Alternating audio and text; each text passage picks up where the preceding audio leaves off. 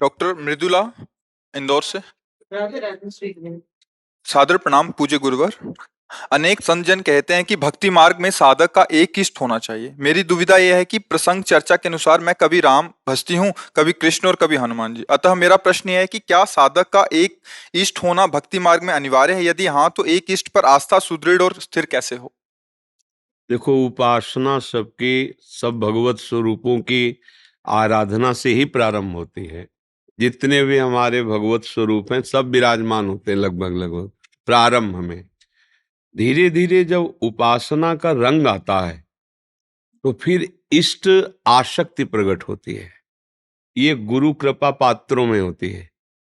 अपने अनुसार भगवत स्वरूपों को विराजमान करके आराधना करना मंगलमय है, लेकिन परमार्थ की सिद्धि गुरु कृपा से होती है। गुरु कृपा से उपासना का सांगोपांग स्वरूप प्रकाशित होता है। सांगोपांग स्वरूप कहते हैं गुरु प्रदत्त मंत्र, गुरु प्रदत्त ग्रंथ, गुरु प्रदत्त कंत। कंत माने होता है इष्ट। जब ग्रंथ, पंथ, कंत, मंत्र ये गुरु प्रदत्त होता है, फिर अब हमारी रुचि की बातें वहां नहीं रह जाती कि हमारी रुचि इनमें भी है, इनमें भी है, इनमें भी, इनमें भी। फिर होता है गुरु ने जो हमें उपासना दी, जो मंत्र दिया, जो उपास्य देव दिए, अब हमें उनमें रति करनी है। अब यहां से प्रेम मार्ग शुरू होता है। वो निषेध नहीं है, बंधनी है, पर उतना ही नहीं है। उसके आगे जब हम बढ़ते हैं गुरु कृपा से, तब हमारी प्रेम निष्ठा जागृत करने के लिए अनन्य भावना आती है। भगवान श्री कृष्णचंद्र जो कहते हैं अनन्य चेता सततम अनन्यस चिंतयन्तो माम। बार बार अनन्य शब्द का प्रयोग होता है। इसके दो भाव हैं। एक है कि मेरे सिवा और कोई है ही नहीं, ऐसा भाव करके जहां पूजन कर रहे हो वहां भाव लगा लो। दूसरी बात यह है कि जितने भी तुम रूप देख रहे हो, जितने भी रूप, सब एक ही परब्रह्म परमात्मा तत्व के हैं। और उनको हमारे गुरुजी ने कहा है कृष्ण नाम है, उनको गुरुजी ने कहा है राम नाम है। अब हमको सब भावना हटा के उसी में लगा देनी है।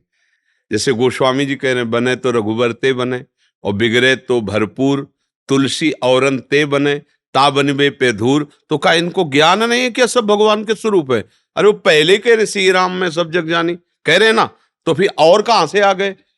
गोस्वामी जी कह रहे ना, बने तो रघुबर ते बने, बिगड़े तो भरपूर, तुलसी औरन ते बने। सबको अपने इष्ट रूप में मान रहे हैं, पर तुलसीदास जी महाराज जी के हृदय की प्रीति का स्वरूप शारंग धनुष धारण किए हुए सियाजू के पार्श्व में विराजमान हनुमान जी जिनके चरणों को सहला रहे हैं, वो उस राम रूप के आशिक है। उस रूप से बने और किसी रूप से नहीं। और सब रूप इन्हीं के है। सिया राम में सब जग जानी, करो प्रणाम जो। अब आ गई अनन्यता, अब आ गया प्रेम। तो अनन्यता की प्राप्ति गुरु कृपा से होती है, गुरु प्रदत्त उपासना से होती है, और अनन्यता से भगवत प्रेम प्राप्त होता है। भगवत प्रेम से भगवान अधीन होते हैं, इसीलिए भगवान का एक नाम प्रेमाधीन है। जैसे हम अपने इच्छित रूपों को लाकर सेवा करते हैं, इच्छित नाम जप करते हैं, उसका फल होगा सदगुरु की प्राप्ति। और सदगुरु प्रदत्त मंत्र नाम उपासना इष्ट की सिद्धि। बिना गुरु के वचनों पर चले आज तक किसी को भगवत सिद्धि नहीं मिली, भगवत प्रेम नहीं मिला। किसका प्रश्न था? हाँ, तो आपको समझ में आ गया? जी जी। अरुण जोशी जी। राधे राधे। महाराज जी राधे राधे। महाराज जी, आसक्ति और विरक्ति के बीच अटके हुए मनुष्य को किस तरह से स्थिर चित्त कर प्रभु मार्ग पर चलना चाहिए? विरक्ति और आसक्ति के बीच भी आपका प्रश्न ही ठीक नहीं है। जब विरक्ति तो आसक्ति नहीं, और आसक्ति तो विरक्ति नहीं, बीच में कहाँ है? आपका प्रश्न है। तो आपने जाना ही नहीं विरक्ति किसे कहते हैं, आसक्ति किसे कहते हैं। इसमें बीच है ही नहीं। ये तो एकदम किनारा है, ये तो एकदम किनारा है। आसक्ति जगत की और विरक्ति जगत की, तो इसमें बीच है ही नहीं ना। आप देखो कहां बीच है ना। विरक्ति का मतलब आसक्ति रहित, वो आसक्ति रहित है और वो आसक्त है, तो दोनों का अलग अलग, बीच में तो है ही नहीं ना इसमें। और आपका प्रश्न क्या है? आसक्ति और विरक्ति के बीच अटके हुए मनुष्य को किस तरह से स्थिर चित्त कर प्रभु मार्ग पर चलना चाहिए? अब ये सोचना है कि हमारा प्रश्न इस कोटि का होना चाहिए कि आसक्ति में फंसे हुए उपासक को विरक्ति तक कैसे कैसे पहुंचा जाए। लक्ष्य उसका विरक्ति है, पर वो आसक्ति में फंसा। बीच में तो ये शब्द ही नहीं, मतलब उसका अर्थ नहीं बनता ना। एक प्रश्न का सम्यक स्वरूप हो तो उसका उत्तर सम्यक हो जाता है। विरक्ति एक लक्ष्य है, कहीं कोई आसक्ति नहीं। विरक्ति का तात्पर्य है जाहि न चाही कबहु कछु, तुम सन सहज सनेह, बसहु निरंतर तासु उर, सो राउर निज गे। भगवान वाल्मीकि जी महाराज कह रहे हैं, जिसकी कहीं आसक्ति नहीं है, कोई चाह नहीं है, हे रघुनंदन, जो सहज में आपको प्यार करता है, अपनापन किए, उसका हृदय आपका निज भवन है। आप रात दिन वावास कीजिए। जाहि न चाही कबहु कछु, कोई आसक्ति नहीं। आसक्ति से ही चाह होती है और चाह से आसक्ति पुष्ट होती है। कोई चाह ही नहीं, कोई आसक्ति नहीं। और सहज भगवत प्रेम है हमारे प्रभु। सहज प्रेम का मतलब होता है कि किसी निमित्त को लेकर प्रेम नहीं होना, किसी गुण को लेकर प्रेम नहीं होना। जैसे गोस्वामी जी का सहज अनुराग है राम जी से। तो एक बार श्री सूरदास जी ने विनोद में कहा कि आपके ठाकुर जी तो द्वादश कलाओं से युक्त, हमारे ठाकुर श्री कृष्णचंद्र जी षोडश कलाओं से युक्त है। तो आंसू आ गए गोस्वामी जी के। कहा अच्छा, आज से आपके मुख से सुनकर मुझे पता चला कि मेरे प्रभु 12 कलाओं से, मैं तो केवल राम से प्रेम करता हूं। मैं तो केवल राम से, कला वैभव ऐश्वर्य, मेरे राम मेरे प्राणाराध। सीधा प्रेम, सहज प्रेम, गुण से देख के ले, मेरे प्रभु है, अपने प्रभु है। तो आसक्ति हमारी शरीर में है, आसक्ति हमारे शरीर संबंधियों में है, आसक्ति हमारी भोगों में है। और इसी से आसक्ति के हट जाने का नाम विरक्ति है। और इसी विरक्ति से ही जीवन मुक्तता आती है, जो परमहंसों का स्वरूप है। अब इसी के हटाने के लिए संत महात्मा जन शास्त्र के अनुसार साधना करके स्थिति को प्राप्त होते हैं। अब अपने लोगों का जीवन भोगों में और गृहस्थी की आसक्ति पुष्ट करने में गया है। अब जो बचा जीवन है, अब हम इस खेल को सुलझा नहीं सकते कि हम आसक्ति हटा करके और विरक्त होकर अनुरक्ति में स्थित हो। आसक्ति हटा के विरक्त होकर अनुरक्ति। अब क्या करें?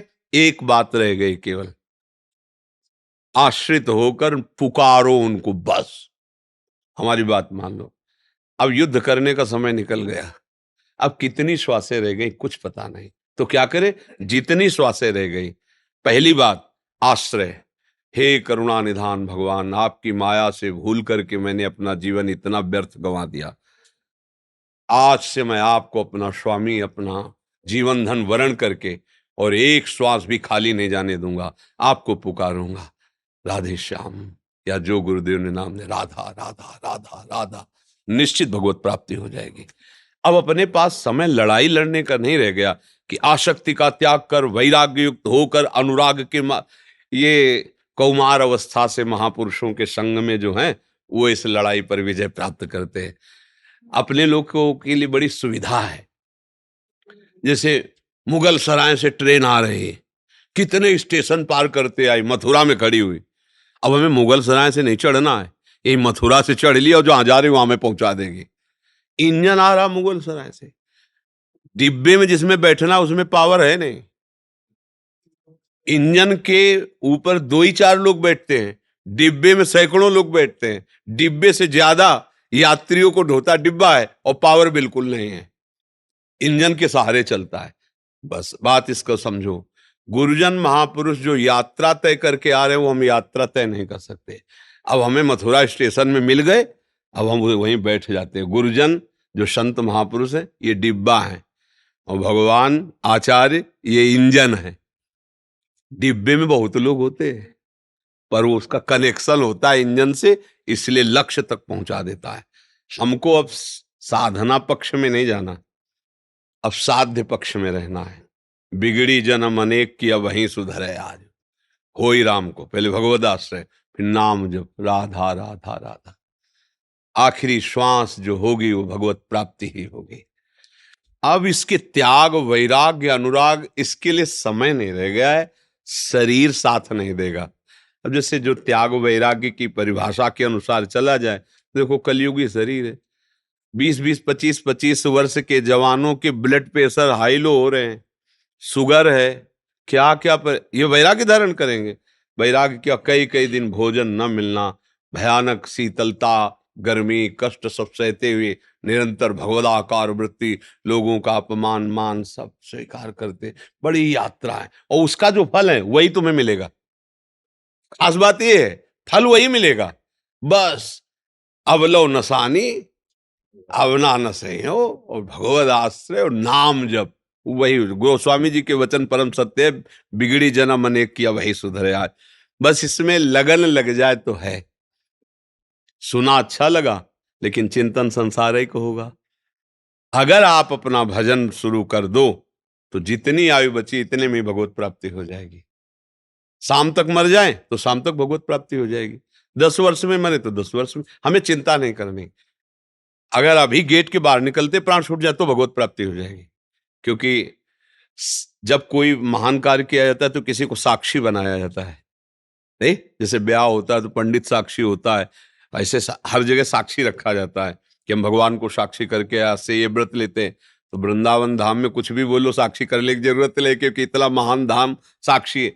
आज से अपने जीवन को हम बिहारी जी में समर्पित करते हैं, राधा वल्लभ जी में और जो हमारी श्वासें हैं अब मैं उनको बस उनके नाम राधा राधा वल्लभ राधा वल्लभ राधा वल्लभ अंदर अंदर अंदर अंदर चल ले, भगवत प्राप्ति हो जाएगी, पक्का हो जाएगी, इसमें कोई संशय नहीं। पर हम लोग जो है प्रमाद स्थिति को स्वीकार किए हैं। अब ये प्रमाद स्थिति सत्संग से ही जाएगी। अगर रोज सत्संग सुनो तो जैसे होता है ना, रोज चाटा लगे तो दिमाग होश में आ, सत्संग चाटा जैसा पड़ता है। जैसे सत्संग होता है ना, सिद्धांत भगवत वाणी संतों के, तो एक चाटा जैसा मोह निद्रा में सोया हुआ आदमी एक थप्पड़ मार एकदम ऐसे चले हो, ऐसे रोज लगता है यार हमारी दुर्दशा हो रही, यार हमारा लक्ष्य भगवत प्राप्ति है, हमें भजन करना, हम बुरे आचरणों में फंसे, ये चाटा जैसा काम। तो सत्संगी जो है रोज पवित्र होकर उत्साहित होकर भगवत मार्ग में, इसीलिए बड़े भाग पाई सत्संगा बिना ही प्रयास हो भव भंगा। यदि संतों का संग मिल जाए, हम उनकी बात मान जाए तो बिना प्रयास के भगवत प्राप्ति हो जाए। श्याम सुखदायनी शरण। श्री हरिवंश। जी श्री हरिवंश महाराज जी, आपके चरणों में कोटि कोटि प्रणाम। भगवान, आपने 25 मार्च के सत्संग में मदाश्रय के बारे में बताया और श्री गोरे चरणों का आश्रय लेने को कहा। यदि श्री सद्गुरुदेव भगवान इष्ट हों तो आश्रय भी उनके ही श्री चरणों का होगा। ऐसे में क्या उनके श्री चरणों का आश्रय श्री जी के गोरे चरणों का आश्रय मान सकते हैं? देखो, सद्गुरुदेव श्री जी हैं, बात समझो। जैसे प्रगट में हम आपको व्याख्या करके बता रहे हैं, आपने अपने गुरुदेव को देखा नहीं, जाना नहीं, पहचाना नहीं, आपको आकर्षित करके लाया कौन? देखना, कौन लाया? श्री जी लाए। कहाँ लाए? अपने महल लाए। महल में हम सब टहलनी हैं, महल की स्वामिनी गुरुदेव हमारी सबकी लाडली जो हैं। गुरु शब्द लाडली जू पे है। अब आप भावना कर सकते हो, जैसे आप पाषाण विग्रह में, धातु विग्रह में, छवि में भावना करके हम लाडली का भोग राग उपासना करते हैं, ऐसे गुरुदेव के पांच भौतिक विग्रह में मेरे सदगुरुदेव लाडली जी महाराज विराजमान हैं। अब गुरुदेव और लाडली दो नहीं रह गए। सेवक जी ने कहा, कह रहे हैं कि गुरु गोविंद न भेद कराय, संतत सकल सुनो चितलाय, श्री हरिवंश प्रताप जस।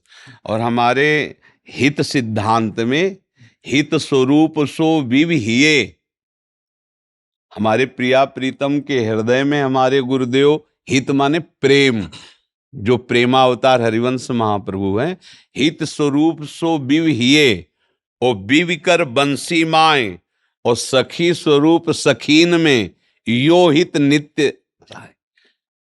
जो प्रियाजू के हृदय में लालजू की आसक्ति के रूप में, लालजू के हृदय में प्रियाजू की आसक्ति के रूप में, प्रिया लाल के आसक्ति को वर्धन करने वाली हित सजनी के रूप में, लालजू के कर कमल में बंसी के रूप में, इस भूतल में हरिवंश महाप्रभु के रूप में, और अपने करुणा अवतार गुरुदेव के रूप में। वो एक ही परम तत्व है, दूसरा नहीं है। अगर हम अपने गुरुदेव को मनुष्य मानेंगे तो उपासना खंडित हो जाएगी। गुरुदेव को हम श्री जी माने, श्री जी को ही अपना गुरुदेव माने। समझ गए? गुरुदेव और श्री जी और गुरुदेव जब तक दो रहेंगे तब तक वो दो ही कहे ना, अनन्यता। सेवक जी महाराज कह रहे हैं नहीं, अगर दो भाव हैं तो बात नहीं है। वैसे भी सिद्धांत में कहा गया भक्ति भक्त भगवंत गुरु चतुर नाम, पर बपु एक, एक ही है।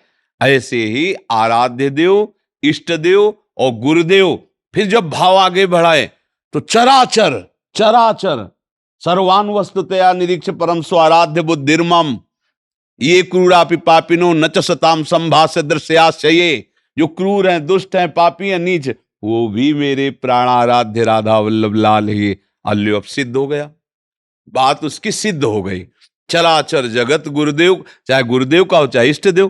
देखो गुरुदेव अखंड मंडलाकारम व्याप्तमेन चराचरम और इष्ट देव सर्वान वस्तुतया निरीक्ष, तो तत्व तो एक ही हुआ ला, तत्व दो थोड़ी हो गए। तो हम अपने गुरुदेव में अपने आराध्य देव की भावना करके हम अपनी वस्तु को प्राप्त कर सकते हैं। अगर गुरुदेव को आराध्य देव नहीं माना तो कुछ दिन बाद कहोगे हमारे गुरुदेव मर गए, आएगा ना, क्योंकि शरीर गुरुदेव हो नहीं सकता। और शरीर के बिना हमें दुलार समझ में नहीं आता, क्योंकि हम पांच भौतिक देहधारी हैं।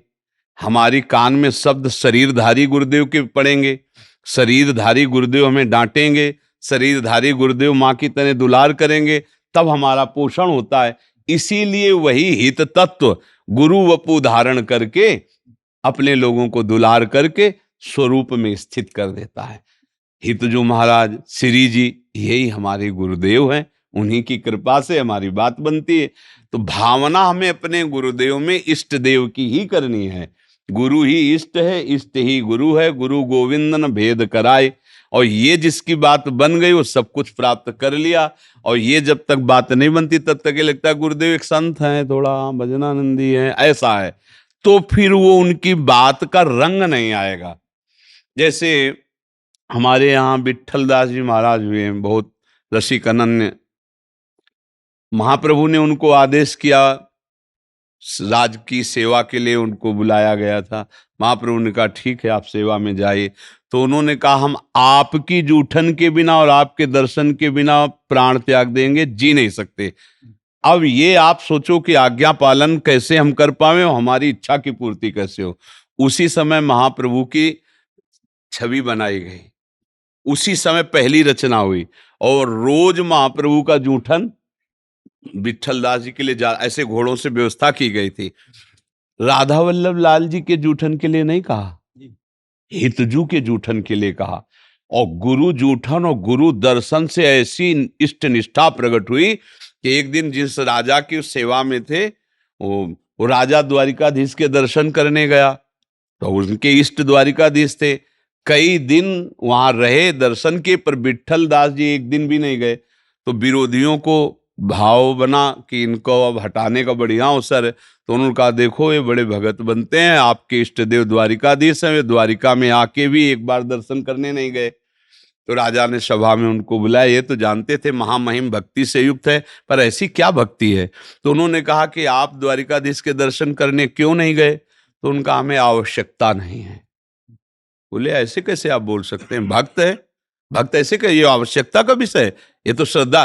बोले हमारी श्रद्धा है निकष कुंज ठाड़े भय भुजा परस्पर अंश मनोमृणाल भूषण भूषित भुज श्याम अंश पर डारी। हमारे नेत्र इसके आशिक हैं। अरे बोले श्री कृष्ण ही द्वारिकाधीश हैं, और कौन क्या, और किन की तुम उपासना। बोले हम उनकी करते हैं जो किशोरी जो गलवैया दिए हुए वन विहार में है, हम उन प्रिया प्रीतम की उपासना करते हैं। हम वृंदावनवासी, हमारे नेत्र केवल प्रिया प्रीतम में आसक्त हैं, हमारे रोम रोम में उनकी आसक्ति है। और उनको गुस्सा आया अपने इष्ट का, उन्होंने अपमान समझा, जबकि बहुत ऊंचाई की बातें की। अपने अनन्य इष्ट की निष्ठा को, पर वो उस कोटि के नहीं थे। तो ऐसे अचला ऊपर को कहा तुम्हारे रोम रोम में प्रिया प्रीतम, श्री हरिवंश श्री हरिवंश श्री। साफ सभा के बीच में सबको दिखाई दिया, रोम रोम लताएं हो गई और गलवैया दिए प्रिया प्रीतम विराजमान। तो गुरु की जूठन और गुरु के वचन और गुरु के दर्शन का प्रभाव हुआ, इष्टमय हो गए। अगर गुरु में आसक्ति नहीं तो इष्ट में कैसे आसक्ति? सेवक जी कह रहे हैं गुरु सेवा तज करहि जिबान, यह है अधर्म यह है सब हानि, कान्य न रसिकन मेरा है। अगर गुरु सेवा न बनी, गुरु आज्ञा का उल्लंघन हो गया तो इष्ट देव मिलने वाले नहीं, यही बहुत बड़ा अधर्म हो गया, ये बहुत बड़ी हानि हो गई। रसिकों की सभा में तुम्हारा आदर नहीं होगा। जिसका गुरु के कटाक्ष में, कृपा कटाक्ष में हृदय भींजा नहीं, वो प्रिया प्रीतम के रस में नहीं भींज सकता। इससे पता चला कि इष्ट देव ही अपने रंग का अनुभव कराने के लिए गुरुदेव के रूप में आए, दूसरा कोई नहीं है।